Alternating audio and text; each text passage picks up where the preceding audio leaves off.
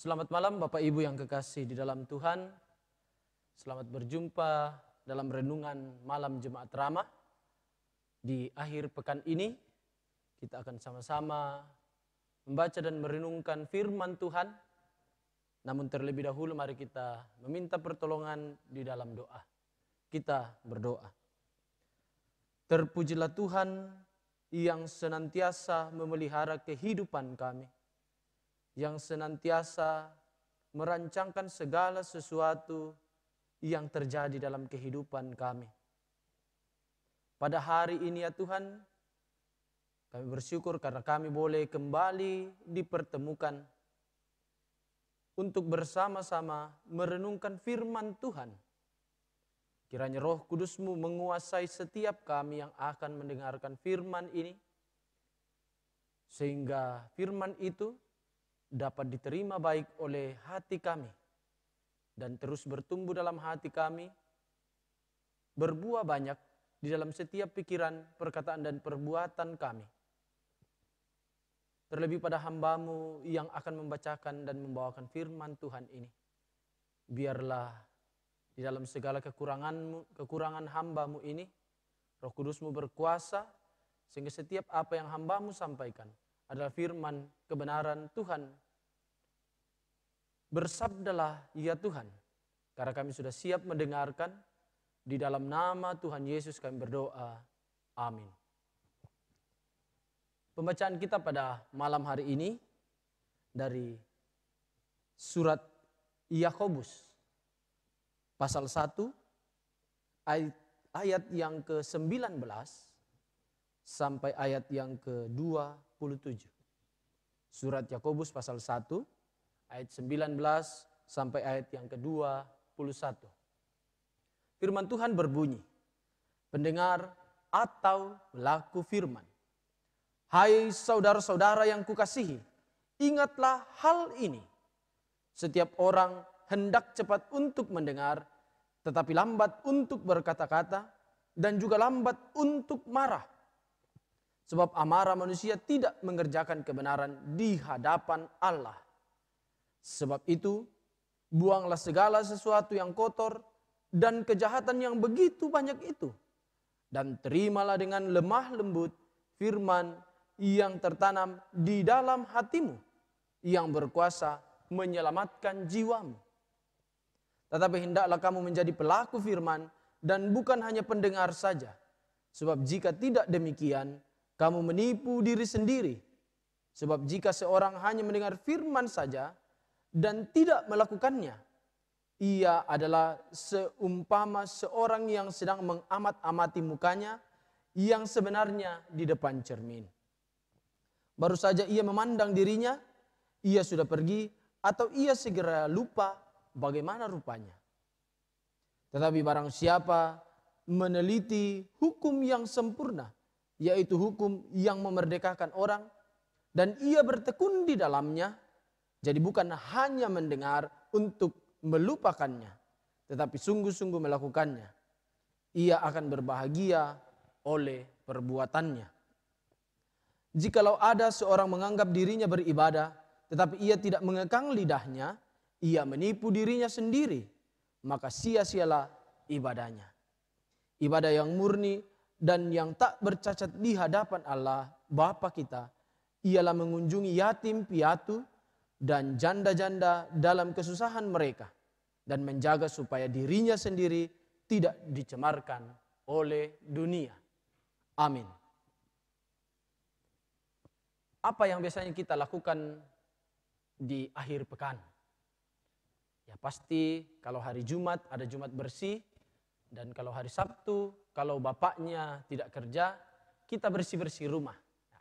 Sesuai dengan kegiatan kita itu, maka tema kita pada hari ini adalah sekarang waktunya untuk bersih-bersih kehidupan. Sebab itu, buanglah segala sesuatu yang kotor dan kejahatan yang begitu banyak itu. Dan terimalah dengan lemah lembut firman yang tertanam di dalam hatimu, yang berkuasa menyelamatkan jiwamu. Ketika kita membaca Alkitab, kadangkala kita tidak mengerti apa yang disampaikan firman Tuhan itu, atau apa yang kita baca itu. Namun untuk membangun sebuah pondasi yang benar, kita tetap membacanya. Dalam iman Kristen, yang unik adalah, baiklah kita percaya dulu firman itu. Kemudian firman itu yang akan berkuasa di dalam kehidupan kita. Beda dengan di tempat yang lain. Firman itu harus masuk akal dulu. Harus kita mengerti dulu. Baru kita percaya. Tetapi sekali lagi di dalam iman Kristen, kita percaya dulu dengan iman kita. Kemudian firman itu yang akan bekerja membuat kita mengerti. Yakobus menuliskan dalam suratnya bahwa kita harus menerima firman itu dengan lemah lembut. Kata terima di sini diambil dari bahasa Yunani, yaitu dekomai. Dekomai. Kata tersebut adalah istilah yang digunakan yang artinya sebuah kemurahan hati yang lemah lembut. Jadi kata menerima di sini sama artinya apabila kita kedatangan seorang tamu di rumah kita. Tentu tamu itu kita akan sambut dengan sukacita, dengan penuh gembira. Atau sama artinya ketika kita datang di sebuah hotel yang berbintang, kita akan disambut dengan senyuman yang ramah, dilayani dengan baik.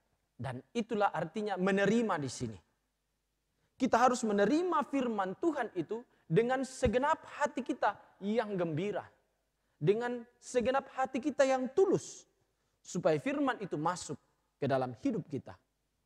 Nah, itulah sebabnya mengapa ketika kita mau membaca Alkitab, kita terlebih dahulu berdoa, meminta pertolongan kepada Roh Kudus. Supaya Roh Kudus itu membuat kita mengerti. Dan juga kita memberitahu Tuhan lewat doa itu bahwa kita akan siap. Kita sudah siap menerima firman yang akan Dia sampaikan kepada kita. Lihatlah bagian pertama pada nats renungan kita pada hari ini di ayat yang ke-21 dikatakan, sebab itu buanglah segala sesuatu yang kotor. Jadi pertama-tama kita harus membuang apa yang kotor di dalam hidup kita. Bukan berarti bahwa ketika datang pada Tuhan, kita harus benar-benar sudah bersih. Tetapi artinya, ayat ini menyadarkan kepada kita bahwa dosa bisa menghalangi kita untuk menerima firman Tuhan. Dosa bisa membuat kita tidak mendengar suara Tuhan. Ketika ada hal-hal kotor di dalam kehidupan kita, yang mengisi pikiran-pikiran kita, yang mengisi hati kita. Itu semua bisa menghalangi firman Tuhan di dalam hati kita. Oleh karena itu, kita harus memberi ruang dalam hati kita untuk kebenaran. Saat kita mempercayai dan menerapkan kebenaran firman itu, maka hidup kita pasti akan berubah. Firman akan mengubah hidup kita. Dan kita akan semakin sempurna, semakin menyerupai Kristus. Dalam Alkitab, Tuhan sering membandingkan bagaimana kita menerima firman-Nya dengan perumpamaan di dalam sebuah kebun. Ya, entah itu benih yang jatuh, perumpamaan tentang seorang penabur, perumpamaan tentang lalang di antara gandum, semua itu tentang kebun. Jadi diibaratkan bahwa hati kita ini adalah sebuah kebun. Sebelum kita menerima firman Tuhan, atau sebelum kita menanam pada kebun kita harus dibersihkan. Dibersihkan dari semak duri, dibersihkan dari batu-batu, kemudian dicangkul, ditraktor, digarap, supaya tanah itu menjadi gembur. Dan setelah itu barulah siap untuk ditanami. Demikian juga sebelum menerima firman Tuhan, hati kita harus kita bersihkan. Dalam artian jangan ada dosa atau pikiran-pikiran kotor supaya tidak menghalangi firman itu bertumbuh di dalam hati kita. Ketika kita mengakui di dalam doa kita segala keterbatasan kita, ketika kita mengakui bahwa kita berbalik dari dosa-dosa kita itu, maka Tuhan akan mengampuni dosa kita dan kita akan dilayakkan untuk menerima firman Tuhan. Seperti di dalam Yohanes 1 ayat 19 yang sudah sering kali kita dengar. Jika kita mengaku dosa kita, maka Ia adalah setia dan adil. Sehingga Ia akan mengampuni segala dosa kita dan menyucikan kita dari segala kejahatan. Setelah itu, mari kita terima benih firman Tuhan itu dengan hati yang lemah lembut dan taatilah serta lakukanlah kebenaran itu. Sehingga firman Tuhan itu boleh bertumbuh, boleh berbuah 30 kali lipat, 60 kali lipat, atau berkali-kali lipat banyaknya di dalam setiap pikiran, perkataan, dan perbuatan kita. Oleh karena itu, marilah sekarang kita datang kepada Tuhan dan membuat pengakuan secara pribadi. Saat ini adalah waktu yang terbaik untuk membersihkan hati kita, membersihkan pikiran kita dari segala kotoran-kotoran duniawi. Pastikan kotoran itu, ya, ini yang perlu. Pastikan kotoran itu tidak masuk lagi di dalam hidup kita. Jadi ada perbedaan antara sadar dan bertobat. Ketika kita sadar, kita melakukan dosa, bisa jadi kita akan melakukannya kembali. Tetapi kita benar-benar bertobat. Kita mengakui dosa kita menyadari dosa kita, dan kemudian kita tidak melakukannya lagi. Marilah Bapak, Ibu, Saudara-saudara yang kekasih dalam Tuhan, kita bersihkan hati kita. Kita menerima firman Tuhan dengan penuh lemah lembut dan melakukan kebenaran itu. Terpujilah Tuhan. Amin. Kita berdoa. Allah Bapa di dalam surga, kami bersyukur. Kami sungguh berterima kasih. Karena di dalam kehidupan kami, Tuhan masih memberikan kesempatan bagi kami untuk bersama-sama merenungkan firman Tuhan. Biarlah ya Tuhan, firman itu boleh membuat hati kami semakin bersih setiap harinya. Sehingga firman itu berkuasa dalam hati kami. Dan itu pun boleh berbuah melalui tingkah laku, pikiran, perkataan kami. Allah Bapa di dalam surga, bersama-sama dengan jemaat-Mu di tempat ini, kami tetap mendukung di dalam doa saudara-saudara kami yang terkena dampak musibah banjir di Masamba dan Raddah ya Tuhan. Kiranya Tuhan senantiasa hadir menguatkan mereka di dalam segala pergumulan mereka. Kiranya Tuhan senantiasa hadir untuk memberikan semangat yang baru bagi mereka. Hadirlah juga ya Tuhan melalui segala bantuan, baik dari gereja, dari organisasi-organisasi yang lain. Sehingga saudara-saudara kami ini boleh dipulihkan secara pikiran, boleh dipulihkan juga daerahnya dengan baik oleh pemerintah yang bertanggung jawab mengatasi musibah ini. Allah Bapa di dalam surga, kami juga mendoakan dan senantiasa bergumul bersama dengan saudara-saudara kami yang sedang dalam duka cita karena ditinggalkan oleh